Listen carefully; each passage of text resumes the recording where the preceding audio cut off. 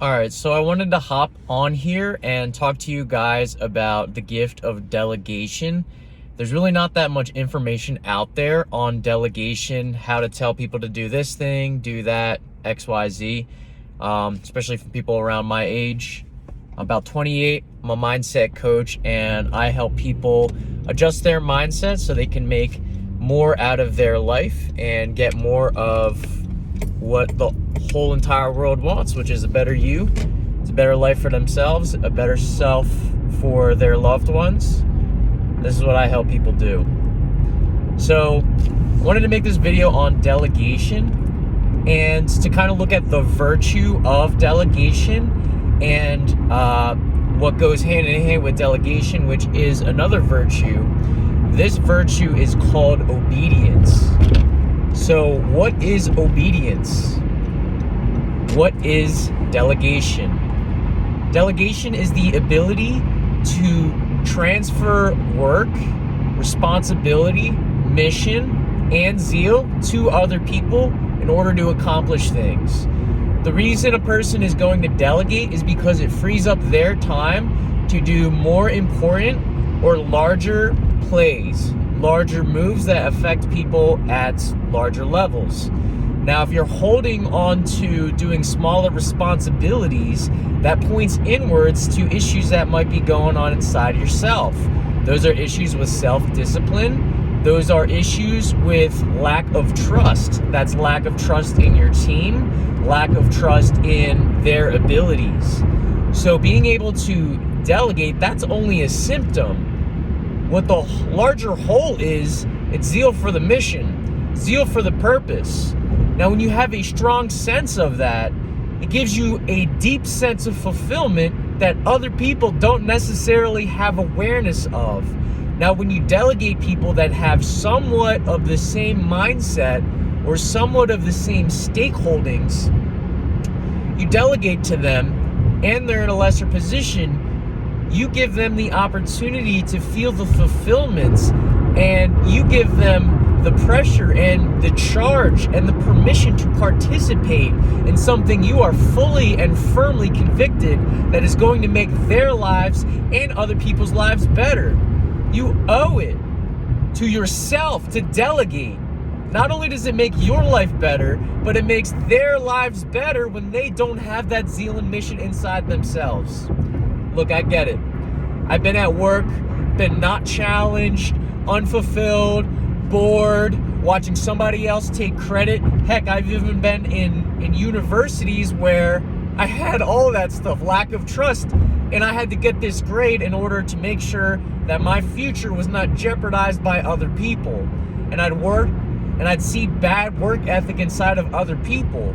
I would have to be the one to stand up and do all the work. And I hated it every single time. Like, all right, well, guess I got to do this. I'd run on this thing called cortisol. It's completely disordered because a lot of the problem we have in our education system is that we don't look at the overarching goal of humanhood, of what it means to be a person that's not just getting something for the sake of itself, for some letter grade. It's something that charges much more deeply and impacts us. That's what we're here and created to do.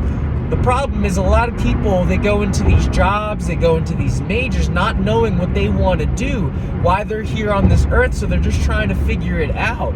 So you have this charge that's given by your teachers, and instead of seeing it as a ability to participate in not only the learning process, but something that would be of value to yourself, something that would be of value to the teacher, him or herself, it ends up being this lackluster approach where people don't know why they're there, why they're participating in groups. That's only in a school setting. Now you have that as the way that people are learning what group work is, but then you have the work environment where that stuff, some of it can get transferred over. Now people are looking at their work as something that's either super stressful because they're doing all this work, all this, heartache trying to do this, that, and the other.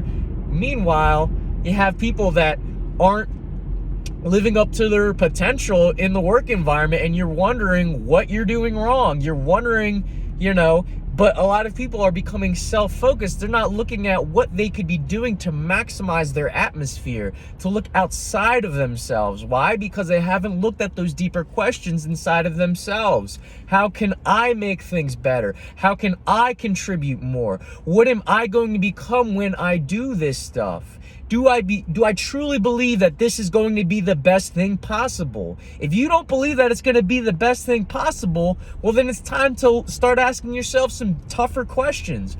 Are you in that position for good reason? Do you need to be open and accountable to some other power that's greater than yourself that could give you that charge that you need so that you can become a better person? Are you living up to your potential, or are you wasting it away because nobody's holding you accountable to a higher standard? Now think in long term how that's going to affect your coworkers, how that's going to affect your people that are under you, how that's going to affect your family life. I mean, you have to start really thinking long and hard. You have to ask yourself these difficult questions. Is this going to help you in the long run behaving the same way? I mean, look at your life. Look at the results that you're getting inside your life from doing what you continue to do. It doesn't feel good. Nobody should go to work feeling burnt out. That's crap. Once you get connected with your inner self, with your inner essence, with your mission, with your purpose, every single person becomes a stakeholder into making that happen because they make it happen in the present moment. It's not a fixed idea, this fixed ideal of what the world's gonna look like. It's not the product that's alone what's gonna happen. It's gonna become better people. You're gonna be able to get that even faster. You're gonna learn the ways of it. But listen, it's trial and error. You have to learn, so you have to be honest about where you're at in life, where you're at in the company, where you're at in the group project. Full participation is what's going to be required. And to have the heart to see what the zeal for the mission is what's going to make your life a ton more fulfilling. Look, I've seen this in my own life, having to go into other organizations, having to go different places where, you know, things aren't exactly the way you want them to be, and your head already says this should be done, but then you have this fear inside yourself. That's what the burnout is originating from. It's not taking action on what you know is going to make things right. It's not pushing back on authority figures and challenging them where they could open up a better understanding of what you can do.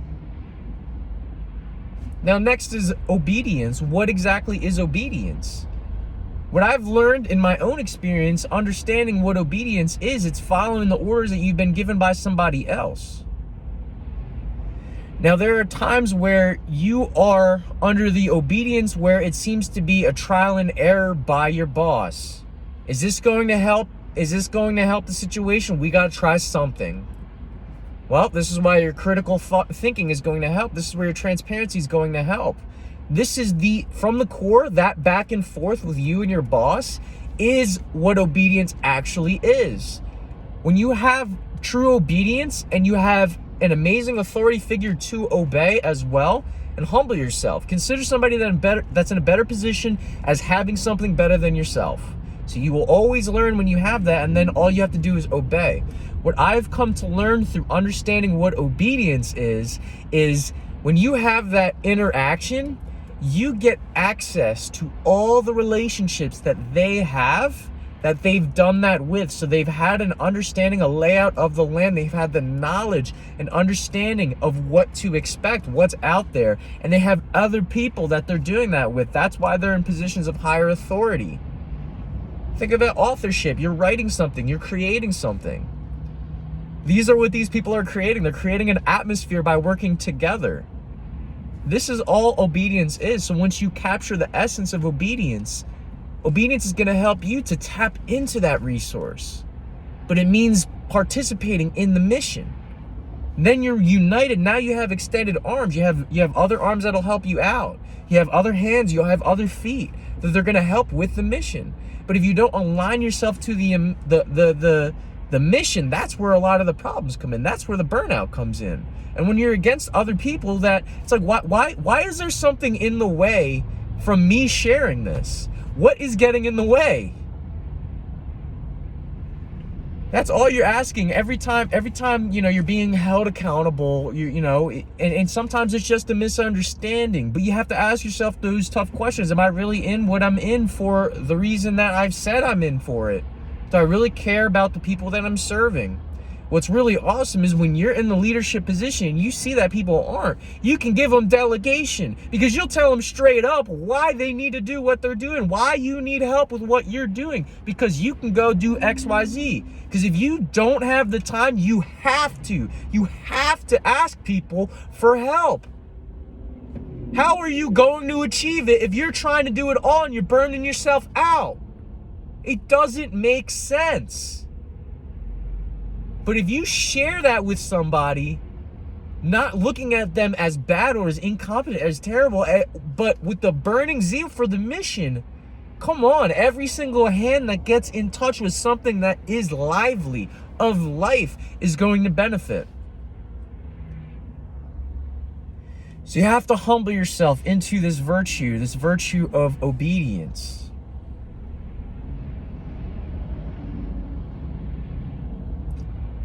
So I'm hoping this is going to help you guys understand both obedience and delegation and how the two work together to create much more fulfilling atmospheres, much more fulfilling lives. If you guys liked hearing this, and if you guys feel like you got something from this, leave a like on the video so I know that I can continue to help people.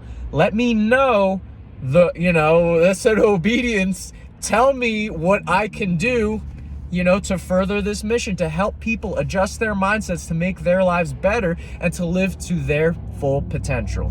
So this is Patrick from High Shield, and I will see you guys in the next one.